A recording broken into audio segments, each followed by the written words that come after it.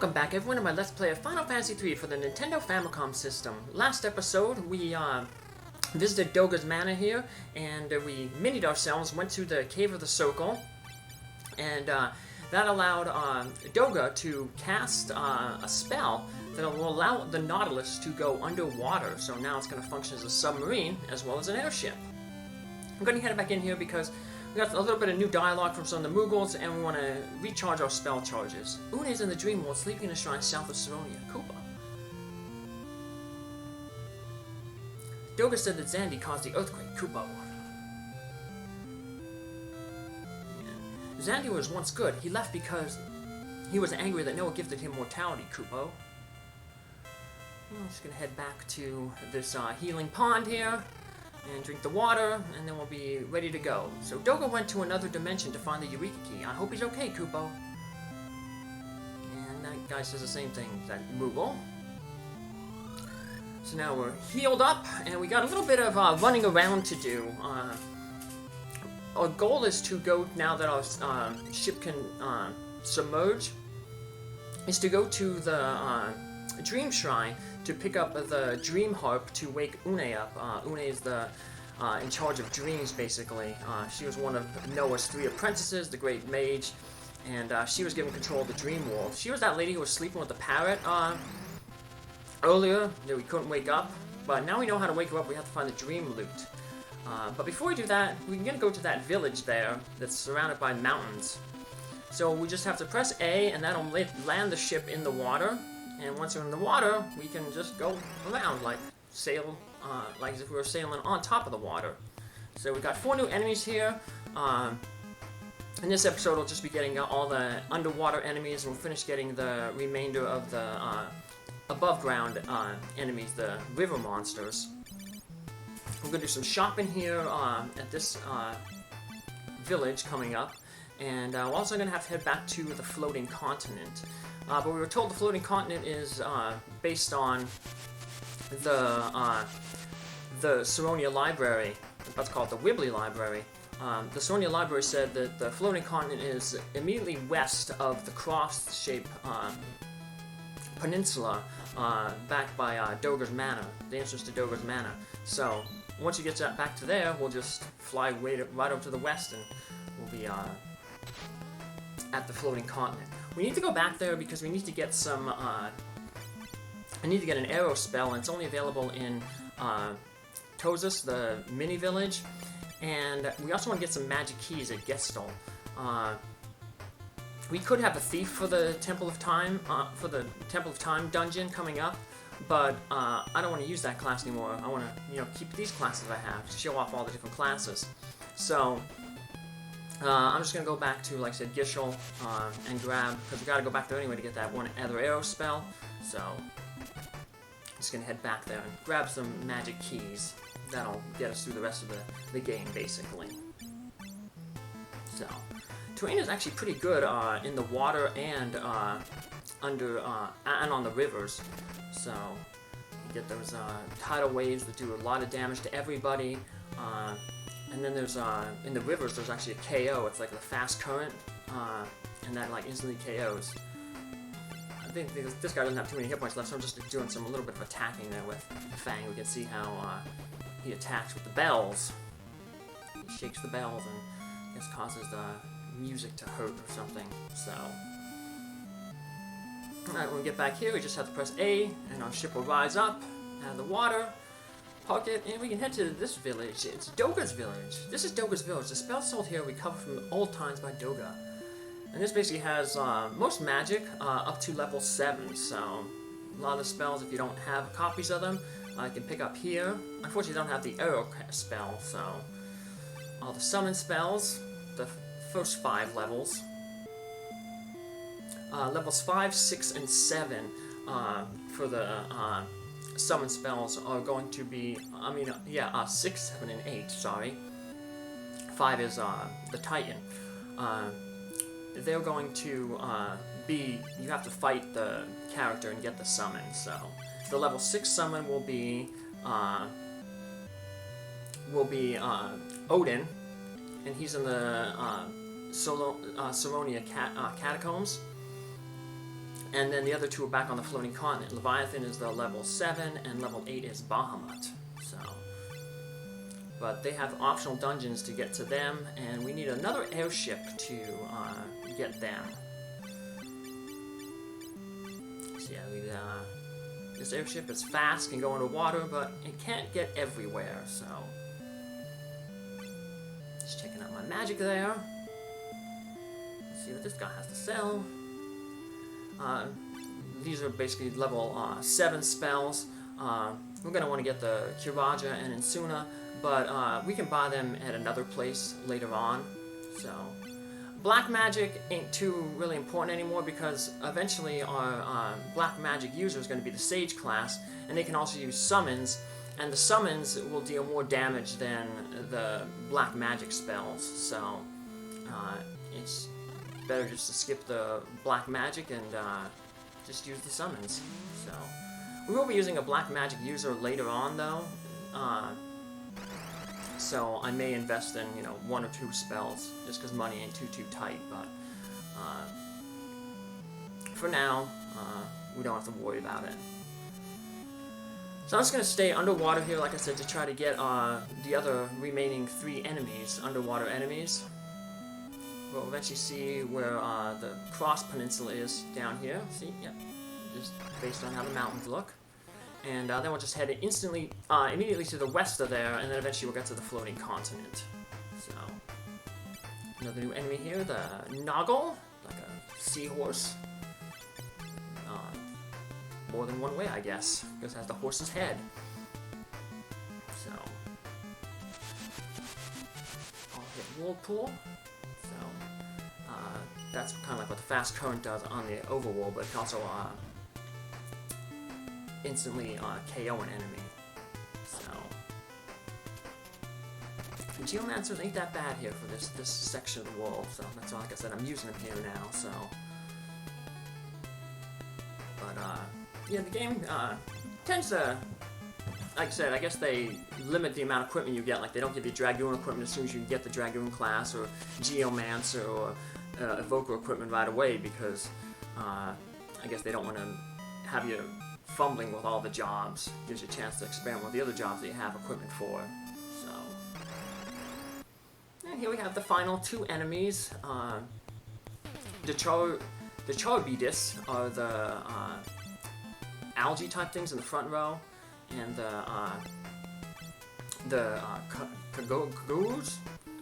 Kagoras, they're the seahorses in the back. And those stats will come up in a little bit here. So, just have the front stats there for the Charbidis. So I see when Baby Moo hit that enemy, it said slowly petrifying. That's the gradual petrification. 3 hits will totally petrify it. So, if we don't take it out with damage, just 2 more hits with Baby Moo, and that Golem Staff will finish that character off.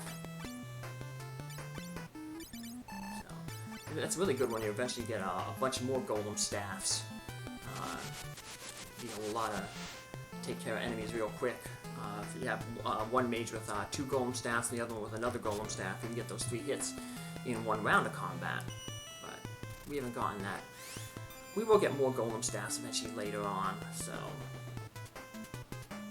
Just got the seahorse there. The stats are still up there on the screen. I just wanted to give it some more time to let you absorb them. So... It doesn't matter what summon you really use in this area. You think you'd like Ramu would be the best one, but you're not guaranteed to get the Ramu's black magic attack. So it doesn't really matter. Feel free to use any, except the only one I wouldn't recommend using is the Chocobo, because if the Chocobo it either trips, does nothing, or it successfully allows you to escape. And you don't really want to be escaping. You want to get, the experience and the capacity points. Although we're probably close to capacity max right now, so because we haven't changed jobs in a while. So once you get to around here where you see the reef come up, and that's your clue that you're near the floating continent. We're back on the floating continent. There's Gishel. That's where we're going to land to, keep thinking it's the Enterprise. You have to land on the sea. No, the Nautilus, we land on the ground. So we're going to up here and grab our keys. So, if you forgot to get it, in the key shop, as soon as you enter, just head to the left. There's a secret passageway to get back the treasure chest back there. It had that shuriken, which is the best weapon in the game, but it can only be used once. Basically, you throw the shuriken. So they're really expensive weapons, but they do a lot of damage. So they're good for the final game, for the final bosses. So we'll definitely stock up on them later. But they're only usable by the ninja class, which is kind of like the ultimate physical class in this game. So we're going to land down here, cast the mini spell, and head into Tozus to pick up the one more arrow spell. And that'll go to Tangeweenie.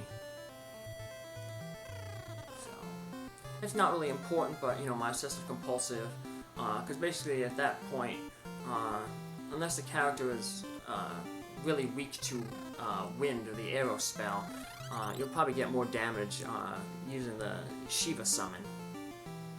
But I like to fill things out, so I'm gonna grab that arrow spell. Real cheap right now. Back in the day when we first came here, we didn't have the money for it. But I removed the thunder spell from Tangeweenie. That'll allow the arrow spell to get up there. So let me just dump that thunder spell. Yeah, if you don't feel like selling an item, you just add need some room, say you're in the middle of a dungeon, you can just select the trash can and that dumps it. This guy's unfortunately, I realize he's blocking our way, and he's not going to be able to leave. We're not going to be able to leave because he's going to step on the exit tile if we keep pushing him back there. So we'll just reset his position by going in and out of that house. And we can make our way out of here. And we'll unmini ourselves, and then we'll head up to the healing forest up north. Might as well use it for free, so get all our spell charges and healing back up. Went into a few encounters, but by now all these encounters are just, simple werewolves. Actually, some of the enemies actually start running from us now because we're such high level that their morale, our level exceeds their morale, and when that happens, then the enemy will attempt to flee. So we saw that a little bit in Final Fantasy 1 and 2, so similar mechanic. But you don't get experience, you gotta get like 1 gold for if they flee. So I missed some dialogue over here at Castle Argus. Just the king, if you come back to him after Sid makes the airship, he gives you just a little bit of dialogue, so since I'm in the area, might as well just grab it. It's just a quick, less than a minute trip. Sid built that airship, now he can go anywhere, even off the continent. No problemo. You can also use the healing spring here, but you didn't lose any hit points or anything fighting those werewolves.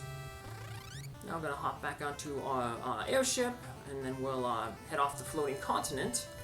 And we were told that the Dream Harp is in the south of Saronia, in the Horned area. So right down to the south there, there's a bay of water surrounded by 2 fangs of land, 2 peninsulas of land. They look like horns if you turn it like a bull's head upside down.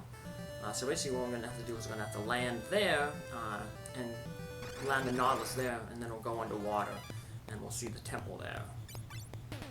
So, but that temple, we'll end up doing that in the next episode. I had some time here, so I figured, hey, let's get rid of these. Let's just get rid of the remaining enemies in the water here.